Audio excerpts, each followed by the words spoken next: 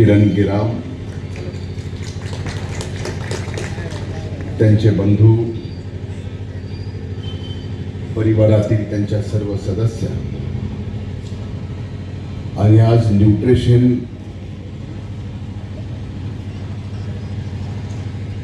या फॅक्टरीच्या उद्घाटन प्रसंगी उपस्थित परळी नगरीतील नागरिक बंधू भगिनी,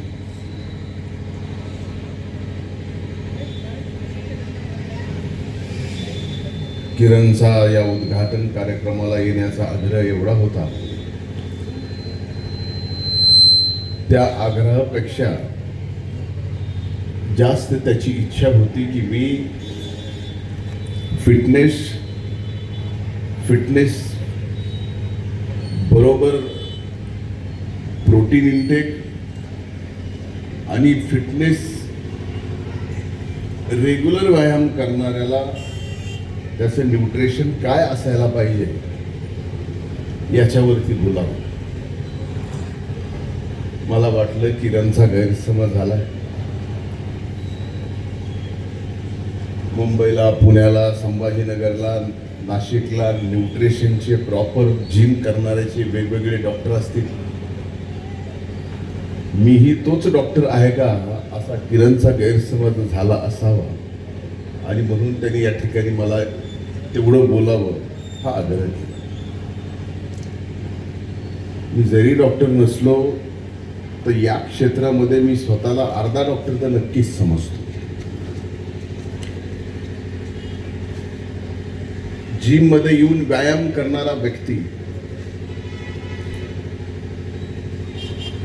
सिरियसली जर तो व्यायाम करत असेल तर नक्कीच त्याला एक वेगळ्या न्यूट्रिशनची गरज असते, वेगळ्या डाएटची गरज असते आणि ते वेगळं डाएट, ते न्यूट्रिशन आणि त्याच्यासोबत वेगळ्या प्रोटीनची सुद्धा गरज असते. काही जणांना वाटत असेल की 17-18 वर्षाचा मी आहे, 25 वर्षाचा आहे, अतिशय तारुण्यात आहे, मला न्यूट्रिशनची गरज नाही, मला प्रोटीनची गरज नाही, माझा जेवणाचा इंटेक अतिशय प्रॉपर आहे, म्हणून मला या कुठल्याही गोष्टीची गरज नाही, असं ज्यांना वाटतं असं त्या सर्वांना सांगायचं आहे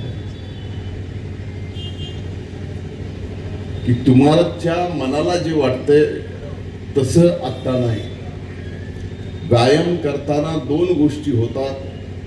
ज्या वेळेस तुम्ही वेट ट्रेनिंग करता त्यावेळेस तुमची जशी चरबी कमी होते आणि एकदा का चरबी कमी होऊन मसल बिल्टअप व्हायला लागतात आणि त्या मसल बिल्टअप करत असताना आपल्याला जर प्रॉपर न्यूट्रिशन मिळालं नाही तर सगळ्यात मोठी भीती ही असते की ते मसल्स पूर्णपणानं कमी व्हायला लागतात, नाहीतर ते मसल्स म्हणजे त्या मांसावरती मग ज्याला आपण मसल टियर म्हणतो, ह्या सगळ्या गोष्टी जर प्रॉपर न्यूट्रिशन आणि प्रोटीन नाही घेतलं तर त्याचा परिणाम त्या गोष्टीवर होतो. मी स्वतः जिम करतोय, बऱ्यापैकी मी स्वतः वजन माझं कमी केलंय. असंही सर्व क्षेत्रातलं आपलं वजन कमी झालं होतं, पण येणारा काळ आपला आहे आणि त्या काळात आपण अतिशय चांगलं फिट राहायला पाहिजे यासाठी मी आता जिम करतो. कारण मागच्या 1-1.5 वर्षामध्ये माझ्या जीवातल्या जिवलग सहकार्याने सुद्धा मला भेटल्यावर एकच प्रश्न विचारावा की भाऊ तब्येत कशी आहे. मी ते ऐकून एवढं परेशान झालो होतो की मी म्हटलं आता आपण आपला चमत्कार दाखवावा लागेल. जिम करतोय, कामाच्या व्यापामुळे कधीतरी कमी जास्त होत आहे, पण वकील साहेब एक सभा आपल्याला अशी करायची आहे की ज्या सभेत मी भाषण करणार नाही, तर या वयात सुद्धा आपण शारीरिक किती सदृढ आहेत याच्यासाठी सभेला आलेल्या लोकांना आपलं शर्ट काढून दाखवायचं आहे की माझी तब्येत कशी हे तुम्ही विचारलं, ही माझी तब्येत अशी आहे एवढं दाखवायचं. जय हिंद, जय महाराष्ट्र. मी ज्यावेळेस जिम चालू केली, माझा स्वतःचा अनुभव सांगतो. मी वयाच्या म्हणजे वर्गाच्या 8वी पासून हनुमान व्यायाम शाळेत अविनाश गवळी आणि मी सायकलवर जायचो. तिथपासून मी माझ्या व्यायामाची सुरुवात केली. त्या हनुमान व्यायाम शाळेतल्या कुस्तीच्या हौदात मी कुस्ती सुद्धा खेळलेली. त्यानंतर पुण्याला असताना जिम करायचो, इथं असताना जिम करायचो. आता तर जिम करत असताना स्वतःला ज्यावेळेस आपण पाहतो त्यावेळेस आता मी जीवनात जे मला कधी जमलं नाही ते आता मला जमायला लागले की जिम करत असताना आपण आपल्याकडे ज्या वेळेस पाहतो आरशामध्ये त्यावेळेस आपल्याला आपल्यावरती प्रेम होतं. आणि माझ्या बाबतीत का घडलं, पूर्वी कधी काळी मी जो व्यायाम काढलेला आहे त्यावेळेस जे माझे मसल बनले ते आता परत लवकर मसल दिसायला लागले.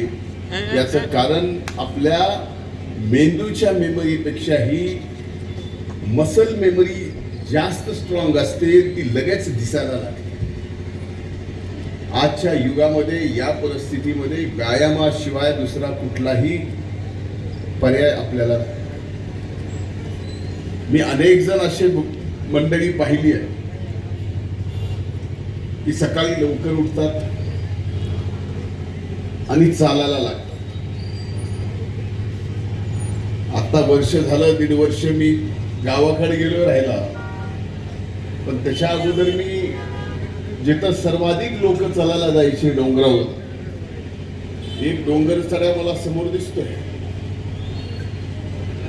प्राध्यापक डॉक्टर PL कराड सर हे सगळे दिसते. आता मी अनेक जण असे पाहिले की ज्यांची साईज पहिल्या दिवशी ज्यावेळेस त्यांनी चालायला चालू केला डोंगर, तिथपासून 2 वर्ष तो इंचभर बी कमी नाही. जास्तीचं सोडून द्या. पण ह्या चालल्याने नेमका फरक काय पडला, तर फरक एकच पडत असतो, आपल्यामध्ये एक पॉझिटिव्ह जेल तयार करण्याची क्षमता हे चालणं गरजेचं. आणि ते पॉझिटिव्ह जेल आपल्यासाठी फार आवश्यक आहे. एक पाणी जेल म्हणजे काय मी सांगतोय, एक असं पाणी पॉझिटिव्ह तयार होतं ते आपल्याला पॉझिटिव्ह विचार करायला, पॉझिटिव्ह बोलायला, पॉझिटिव्ह सगळ्या गोष्टी पॉझिटिव्ह करायची. पण मी अनेक जण असे पाहिले की सकाळी वॉक करायला जातायत आणि जाता जाता त्यांना हृदयविकाराचा झटका येतो आणि हॉस्पिटलमध्ये जाईपर्यंत त्याचा मृत्यू होतो. ही परिणित अनेक उदाहरणं घडले.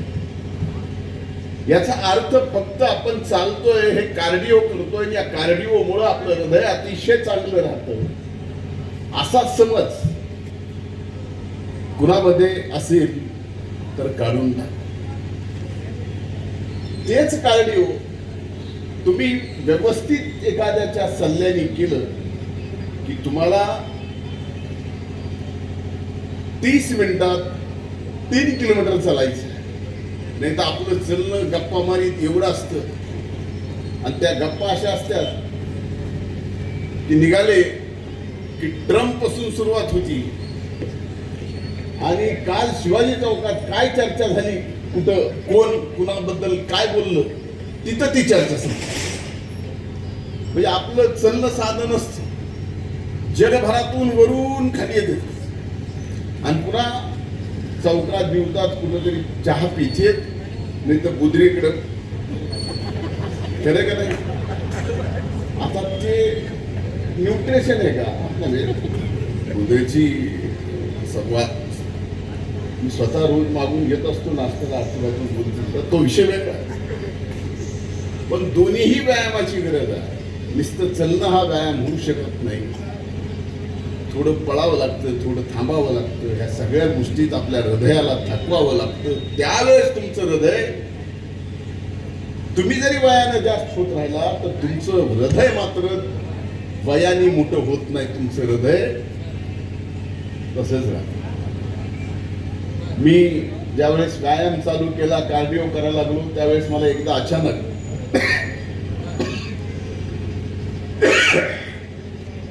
छातीमध्ये दुखायला लागलं म्हणून एका कार्डिओलॉजिस्ट कडे गेलो. म्हटलं नेमकं काय बाबा, आता आली का वेळ आपल्यावर? तर त्यांनी ज्यावेळेस माझा सगळ्या कार्डिओच्या टेस्ट केल्या, स्ट्रेस टेस्ट पासून सगळ्या केल्या, त्यावेळेस म्हणल्या बाकी तुझ्या शरीराचं काय मला माहित नाही, पण तुझं हृदय आजही वय वर्ष 22 असणाऱ्या तरुणासारखं आहे. काही प्रयोग असे करावे लागतात, 8च्या स्पीडनं चालणारा 12च्या स्पीडनं चालावं लागतं, परत 2 मिनिटांनी खाली यावं लागतं, परत 12 मिनिटावर जावं लागतं. हे स्वतःला थकवणं, हे स्वतःला थकवणं नाही तर तुमचं हृदय मजबूत करणं. आणि हे करत असताना सुद्धा आपण जिम केली, वेट ट्रेनिंग केली तर तुमचे इतर आजार थांबतात. इतर आजार भविष्यातले कुठले? तर सगळ्यात मोठा हाडाचा आजार भविष्यामध्ये येणार. जसं फक्त पूर्वी महिलांनाच ते हाडाचा आजार येत होता, कॅल्शियमचा आजार येत होता, तोच आजार आता पुरुषामध्ये मोठ्या प्रमाणामध्ये येईल. वयाच्या 55व्या 60व्या वर्षात तुमचे गुडघे दुखायला चालू होतील. PL सरांचे चालू झाले, झाले. कितीही तोंडाने नाही म्हणलं तरी चालू झाले. नानाची बी गुडघे दुखायला लागले. इथं माऊली बसले, त्याचे बी गुडघे दुखायला लागले. त्याला कारण वेगळे आहेत, पण व्यायाम नाही. त्याच्यामुळं व्यायाम नाही, त्याच्यामुळे गुडघे दुखतात.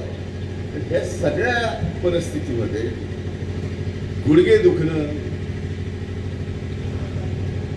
हाडं दुखणं, याचा अर्थ आपण समजायचा की फार कमी वयामध्ये ही गोष्ट आपल्या अंगी लागल्या. मला लागला म्हणून मी सांगतो, मी आत्तातून बाहेर पडलो या व्यायामानं, जिम करून, या सगळ्या गोष्टी. तर त्या सांगायचा उद्देश एवढाच आहे की आपल्याला आपल्या स्वतःच्या शरीराच्या बाबतीमध्ये फार सजग राहण्याची आज गरज आहे. आणि सजग राहणं म्हणजे अतिशय चांगले कपडे घालून, परफ्यूम मारून, ह्या सगळ्या गोष्टी करून नाही, तर आपल्या शरीराच्या बाबतीत सजग राहणं म्हणजे व्यायाम काढणं, व्यायाम करणं. मग व्यायाम कुठलाही तुम्ही करा, अगदी योगासनं करा, योगासनं करत असताना वेट ट्रेनिंग करा, कार्डिओ करा. पण हे सर्व करत असताना आत्ताच्या आपल्या या वयामध्ये असणाऱ्या सर्व जणांना जर खऱ्या अर्थानं कुठल्या सप्लिमेंटची गरज असेल, मी न्यूट्रिशनची म्हणत, सप्लिमेंटची गरज असेल तर ते प्रोटीन आहे, तर ते न्यूट्रिशन. आणि ते न्यूट्रिशन तुम्ही जर घेतलं तर तुमच्या हाडाचा त्रास कमी होईल, व्यायाम करायची इच्छा जास्त होईल. व्यायाम केल्यानंतर ते घेतल्यावर तुमची मसल लॉस होण्याची कसलीही भीती राहणार नाही. म्हणून या सर्व बाबतीमध्ये व्यायाम करणं, व्यायामासोबत प्रॉपर न्यूट्रिशन घेणं, ह्या सर्व गोष्टी आपण येणाऱ्या काळात कराव्यात. एवढीच आजच्या या बॉस न्यूट्रिशन फॅक्टरीच्या उद्घाटनाप्रसंगी मी आपल्या सर्वांना सांगतो. आज किरणनी मला एवढ्या आग्रहानं इथं बोलवलं. जिमच्या उद्घाटनालाही बोलवलं होतं, पण मला त्यावेळेस जिमच्या उद्घाटनाला येता आलं नाही. पण आज या कार्यक्रमाला मी ठरवलं होतं की कसल्याही परिस्थितीत यायचं. आज इथं आलोय तर किरण आणि किरणच्या परिवाराला हे सांगायला की तुम्ही वेगवेगळे प्रयोग करत असताना सर्वात मोठा प्रयोग किरणनी स्वतःची जिम उभी केली. जिम उभी करत असताना अनेक जणांना त्यांनी शारीरिकदृष्ट्या घडवलं. शारीरिकदृष्ट्या घडवत असताना त्यांनी त्याची शरीरसृष्टी सुद्धा आज एवढी चांगली केली की अनेक कॉम्पिटिशनमध्ये त्यांनी भाग घेतला, अनेक ट्रॉफी तिने जिंकला आणि या वर्षी ते शेवटचा एक प्रयत्न करणार आहे. मीच त्याला सांगितलं एकच आता प्रयत्न करायचा, त्याच्यानंतर नाही. हा पण लहान पुरसुर त्यांना आपण घडू. जेवढी तुझ्यात किरण हिंमत आहे, तुला तेवढं ज्ञान आहे. मला महिन्याभरात डोले शोले मेरे निकाले थे यार, क्या बात. हाँ सिरा राजा दिखाता क्या है मैं. हे तुझ्यात कौशल्य आहे. हे कौशल्य तुला तुझ्या परिवाराला फार पुढे घेऊन जाणार. आई तुमच्यासमोर मी हे सांगतो, आपल्यासोबत कधी काय झालं काय नाही झालं या सगळ्या गोष्टी विसरून नव्याने आपण ज्यावेळेस एखाद्या व्यवसायात उभा करतो, ते उभं करत असताना किती कष्ट, किती मेहनत, आपली परिस्थिती त्या परिस्थितीच्या अनुरूप व्यवसाय होत नाही, परिस्थितीच्या आपल्या आवाक्याच्या बाहेर गोष्टी जातात. त्या सगळ्या गोष्टी करत असताना घराची जबाबदारी आपल्यावर असताना आज हे सर्व करताना तुम्ही आता नवीन एक व्यवसाय चालू केला. मी विश्वास देतो की आपण या व्यवसायात अतिशय यशस्वी होताल. प्रभू वैद्यनाथाचा तुमच्यावर आशीर्वाद आहे, कारण सगळ्यांचं आरोग्य चांगलं राहावं यासाठी तुम्ही हे सगळं करताय. आणि किरण हा माझा शब्द आहे, तू स्वतःला कधीच एकटायस असं समजू नकोस.